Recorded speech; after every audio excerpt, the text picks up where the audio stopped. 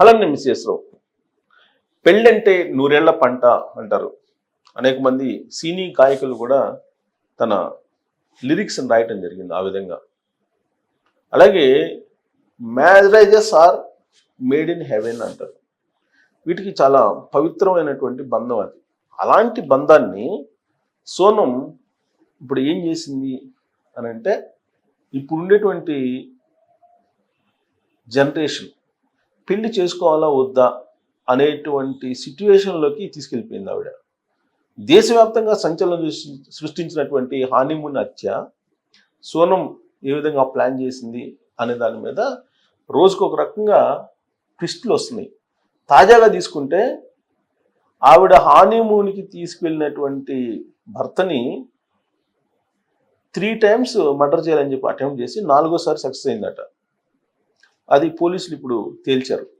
అంటే హనీమూన్కి తీసుకెళ్ళిన తొలి రోజే మర్డర్ చేయాలని ప్లాన్ చేశారు, 2వ రోజు చేశారు, 3వ రోజు చేశారు, 4వసారి 3 times ట్రై చేసి 4వసారి సక్సెస్ అయ్యారు. అంటే అసలు మ్యారేజ్ చేసుకోవడం దేనికి, ఇష్టం లేకుండా చేసుకున్న తర్వాత అతన్ని చంపడం దేనికి, ఇవన్నీ మనం క్వశ్చన్స్ వేసుకుంటే కనుక అసలు ఇలా కూడా సాధ్యమా అనిపిస్తుంది. కానీ కొన్ని సంఘటనలను చూస్తే కనుక మనకి ప్రకృతికి విరుద్ధంగానే కనిపిస్తూ ఉంటాయి. సోనం యాక్చువల్గా ఒక బిజినెస్ కుటుంబానికి సంబంధించినటువంటి అమ్మాయి, 24 సంవత్సరాలు. అలాగే ట్రావెల్ కంపెనీ నడుపుతున్న కుటుంబం నుంచి వచ్చినటువంటి రాజా రఘువంశీ. వీళ్ళిద్దరికి మ్యారేజ్ అయింది. ఆల్రెడీ సోనం ఒక వ్యాపారం చేస్తుంది. ఆ వ్యాపారంలో ఒక అకౌంటెంట్ ఉన్నాడు, రఘు కోష్వాలే పేరు. ఆ అటెండెంట్ ఎవరైతే అకౌంటెంట్ ఉన్నాడో అతనితోటి ప్రేమలో పడింది. సరే వాళ్ళిద్దరు పెళ్లి చేసుకోవాలనుకున్నారు, కాకపోతే పెద్దలు ఒప్పుకోలేదు. లాస్ట్కి రాజా రఘువంశీతో పెళ్ళయింది. పెళ్ళైన తర్వాత రఘువంశీ ఏం చేశాడు? రాజా రఘువంశీ చేసిన ద్రోహం ఏంటి? అతను చంపేశారు. అతని ఆవిడ ప్రియుడు ప్లస్ ఇంకొక ముగ్గురు అందరు కలిసి రాజా రఘువంశీని చంపేశారు. హానీమూన్కి తీసుకెళ్ళి, పెళ్ళైనటువంటి వెంటనే హానీమూన్కి తీసుకెళ్ళి, హానీమూన్ అనే దానికి ఒక అర్థం ఉంది. ఆ హానీమూన్ అంటేనే కొత్త జంటలు భయపడేలాగా చేశారు ఇప్పుడు సోనం. దేశవ్యాప్తంగా పెద్ద సంచలనం అయింది ఈ కేసు. అసలు ఎలా 3 times అటెంప్ట్ చేశారు మర్డర్ చేయడానికి, 4th time ఎలా సక్సెస్ అయ్యారు అనే దాని మీద పోలీసులు ఇప్పుడు అఫీషియల్గా న్యూస్ ఇచ్చారు. అదేంటంటే నేను చదివి వినిపిస్తాను మీకు. ఎంత దారుణం అని అంటే, ఇది దేశవ్యాప్తంగా సంచలనం సృష్టించినటువంటి హనీమూన్ హత్య కేసులో రోజుకో షాకింగ్ విషయం వెలుగులోకి వస్తుంది. తాజాగా నిందితురాలు సోనం, ఆమె నియమించుకున్నటువంటి హంతకులు భర్త రాజా రఘువంశీని అంతమొందించేందుకు 3 సార్లు విఫల ప్రయత్నం చేశారని పోలీసుల దర్యాప్తులు తేలింది. ఈ దారుణమైనటువంటి వివరాలను ఎస్పీ వివేక్ సియాం స్వయంగా మీడియాకు వెల్లడించారు. 4వ ప్రయత్నంలో హంతకులు తమ ప్లాన్ను విజయవంతంగా అమలు చేసి రాజా రఘువంశీని దారుణంగా హత్య చేశారని ఆయన తెలియజేశారు.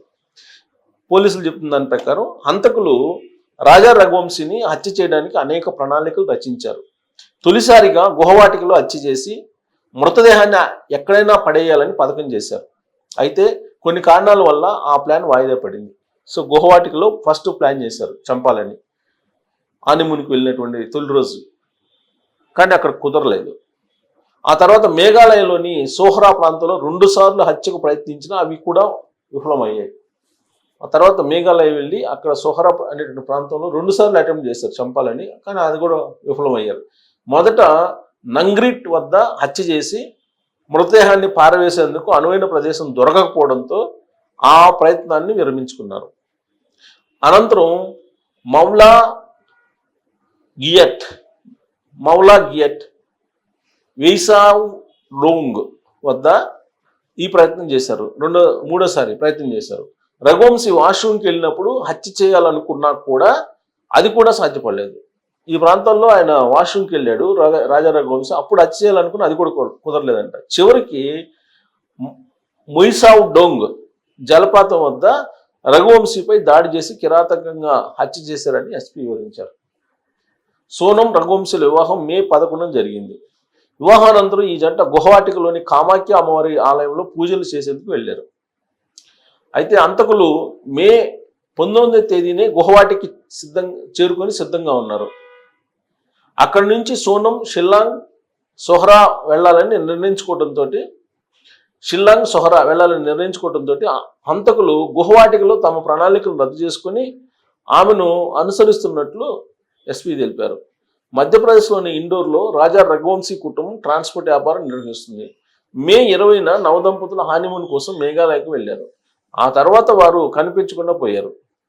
రఘువంశీ అదృశ్యమైన 11 రోజుల తర్వాత సొహ్రాలోని జలపాతం సమీపంలో ఒక లోతైన లోయలో ఆయన మృతదేహాన్ని పోలీసులు కనుగొన్నారు.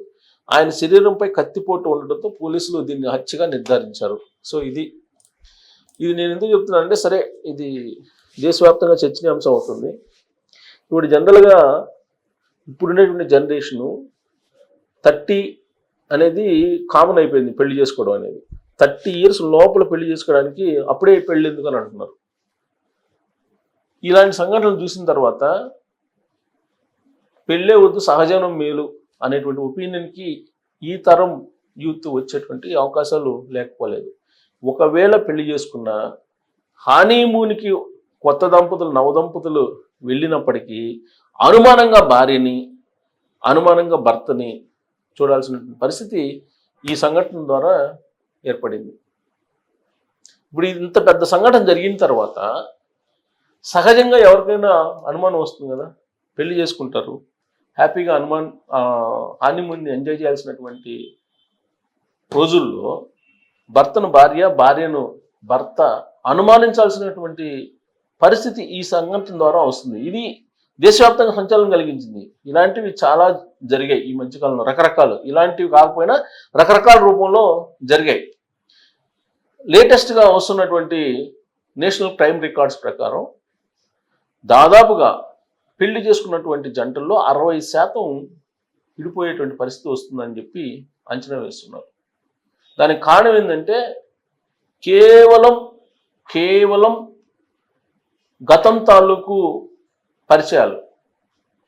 దాని కారణంగానే ఎక్కువ 60% విడిపోతున్నాయని చెప్పి నేషనల్ క్రైమ్ బ్యూరో రికార్డ్స్ చెప్తోంది. సో కాబట్టి పెళ్లి చేసుకునేటప్పుడు ఒకవేళ ఇష్టం లేకపోతే చేసుకోనని చెప్పాలి, లేదా స్కిప్ చేయాలి.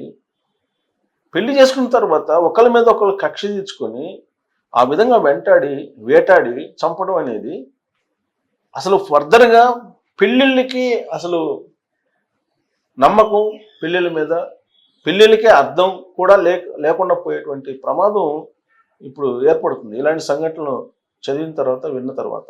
పైగా ఈ సంఘటన దేశవ్యాప్తంగా సంచలనం కలిగింది. సోషల్ మీడియాలో ఏ ప్లాట్ఫామ్ చూసినా ఇదే సంఘటన గురించి మాట్లాడుకుంటున్నారు. సోనంకి రాజా రఘువంశీ మీద అంత కసిందుకు? కేవలం తన ప్రియుడు. సరే, తన ప్రియుడికి ఈ సాహసం పెళ్లికి ముందు చేయొచ్చు కదా. పెళ్లికి ముందు చేసి వాళ్ళ పేరెంట్స్ మీద తిరగబడితే ఆవిడ ప్రేమించినటువంటి ఆ అకౌంటెంట్ని పెళ్లి చేయటమో, లేదంటే అతనితోటి వెళ్ళి ఎక్కడికైనా పెళ్లి పోయి కాపురం పెట్టుకుని ఏదో చేసుకోవచ్చు. బట్ రాజా రఘువంశీ చేసినటువంటి ద్రోహం ఏంటి ఈ ఎపిసోడ్లో? సో ఇలాంటివి పెళ్లి వద్దురా బాబు ఇహన అనేటువంటి పరిస్థితి తీసుకొస్తున్నాయా నేటి తరాన్ని అనే దాని మీద మీరు కామెంట్ చేయొచ్చు. Thank you.